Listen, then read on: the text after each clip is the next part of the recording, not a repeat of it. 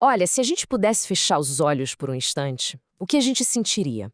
Com certeza o cheiro forte do azeite de dendê. Sabe, aquele que está sempre no ar, misturado com a brisa do mar. E o que a gente ouviria? Ah, os tambores. Um som profundo, constante, que parece que vem do próprio chão da cidade. Isso para mim é Salvador. Não é só um lugar, é uma sensação, é um estado de espírito. E que histórias, viu? Porque Salvador não é um museu parado no tempo, de jeito nenhum. É um arquivo vivo. Cada esquina, cada fachada colorida, cada sorriso que você encontra por lá, tudo carrega séculos de memória. Então, bora mergulhar fundo nessas histórias. Para a gente entender Salvador de verdade, a gente precisa olhar para essa dualidade, esse contraste que existe na sua origem. De um lado, a cidade era a joia da coroa. Foi a primeira capital do Brasil, o centro do poder, da riqueza, do açúcar, do ouro. Mas, do outro lado, era uma ferida aberta. Salvador foi um dos maiores portos de entrada de africanos escravizados nas Américas. E é justamente nessa tensão entre poder e dor, entre a glória e sofrimento, que a alma de Salvador nasceu. Mas o mais incrível é que não foi o sofrimento que definiu a cidade. Foi a resposta a ele. Uma resposta cultural tão forte, mas tão forte, que transformou Salvador no coração pulsante da identidade afro-brasileira. E o maior símbolo dessa virada de jogo é o Pelourinho. Pensa só no peso desse nome. O Pelourinho era o poste onde pessoas escravizadas eram punidas publicamente. Um lugar de uma dor que a gente nem consegue imaginar. Hoje, essas mesmas ruas são patrimônio mundial da Unesco, explodindo com música, com arte, com vida. Isso mostra, de um jeito único, a capacidade de ressignificar a própria história. Tá, mas como é que uma transformação tão profunda foi possível? Bom, a resposta começa na fé. E em Salvador, a fé funcionou como uma verdadeira tecnologia. Isso mesmo, uma tecnologia de sobrevivência, usada para preservar a memória e a identidade africana. E no centro dessa resistência espiritual está o candomblé. Trazido da África Ocidental, ele é muito mais que uma religião. É um sistema completo que preservou a memória, a língua, a filosofia. Os terreiros eram como fortalezas secretas, onde a cultura e a força vital, o famoso axé, foram mantidas vivas. E aí vem a pergunta, né? Como é que se pratica uma fé que era proibida? A resposta foi uma estratégia brilhante. Os africanos escravizados começaram a associar seus orixás aos santos católicos que eram impostos a eles. Não era uma conversão, que fique claro. Era uma camuflagem, uma forma de manter suas tradições vivas ali, debaixo do nariz dos colonizadores. Quer ver só?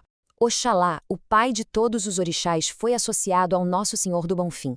Iemanjá, a rainha do mar, virou Nossa Senhora dos Navegantes. Iansã, a deusa dos ventos e das tempestades, foi ligada a Santa Bárbara. Essa fusão é tão forte que a gente vê ela até hoje nas maiores festas populares da cidade. E talvez o símbolo mais famoso dessa mistura toda seja a fitinha do Bonfim. Todo mundo conhece, né? Amarra no pulso, faz 3 pedidos. Mas o que muita gente não sabe é que aquilo ali é um amuleto poderosíssimo. Cada cor daquela fita representa um orixá específico. É um objeto que carrega séculos de resistência e sincretismo. Mas essa história de Salvador não está só nas igrejas e museus, não. Ela também está no prato. A culinária baiana é um arquivo vivo, um mapa de sabores que conta a história de encontros, de lutas e de muita sobrevivência. Vamos pegar o acarajé, por exemplo. A história dele é a própria história de Salvador em miniatura. Pensa só, ele começou como uma comida de santo, uma oferenda para orixá Iansã. Depois, virou sustento e autonomia de muitas mulheres negras, as famosas baianas de acarajé, que conquistaram a independência financeira vendendo essa delícia na rua. E hoje? Hoje é patrimônio cultural do Brasil, um único prato que carrega uma história religiosa, social e econômica gigantesca. E os próprios ingredientes contam essa viagem. O azeite de dendê, com aquela cor e sabor que não tem igual, veio direto da África. A mandioca já estava aqui, a herança dos povos indígenas. O leite de coco, o quiabo, o feijão fradinho. Cada ingrediente desenha uma rota no mapa, uma fusão de continentes inteiros num prato só. Agora, se tem uma expressão de Salvador que contagia todo mundo, essa expressão é a música. E lá, música não é só uma trilha sonora para a vida. É comunicação, é organização social, é uma linguagem própria. E a gente consegue traçar uma linha do tempo perfeita desse som. Tudo começa lá dentro dos terreiros, com os atabaques sagrados que, literalmente, conversam com os orixás. Daí, esse ritmo vai para o recôncavo, para as fazendas e se transforma no samba de roda. Aí, chega nos anos 70 e, bum!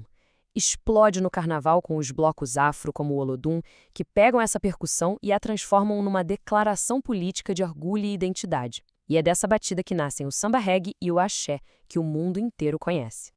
Mas olha que interessante. Em Salvador, música não é algo que você só escuta com os ouvidos. É algo que se sente no corpo todo. A dança não é só um acompanhamento. É a própria linguagem do ritmo. É o corpo que fala, que expressa o axé, aquela força vital que a gente já mencionou. É a energia que move a cidade. Certo, então a gente falou de fé, de comida e de música. Mas como é que tudo isso se amarra? É que esses pilares não são coisas separadas. Eles formam um ecossistema cultural, sabe? Um alimenta o outro, num ciclo que não para nunca. Pensa comigo. A batida do tambor, que toca no candomblé, é a mesma batida que move os blocos de carnaval. A energia para dançar nesse carnaval vem do acarajé, aquela comida sagrada que é vendida na rua. Religião, comida e música. Elas não são influências africanas em Salvador. Elas são a manifestação da África no Brasil. Um organismo vivo, único, inseparável. E se ainda existir alguma dúvida, esse número aqui fecha a conta. Mais de 80% da população de Salvador se declara afrodescendente. É, oficialmente, a capital mais negra do mundo fora da África. Essa cultura toda que a gente está vendo não é de uma minoria, é a cultura da maioria. É a própria identidade da cidade. E isso tudo nos deixa com uma reflexão final, né? Salvador nos dá uma resposta muito poderosa para uma pergunta muito profunda. A cidade não ignora sua história de dor. Pelo contrário, ela pegou essa história e a transformou na sua maior força, em fé, em sabor, em ritmo, numa alegria contagiante que é, na sua essência, a forma mais pura de resistência.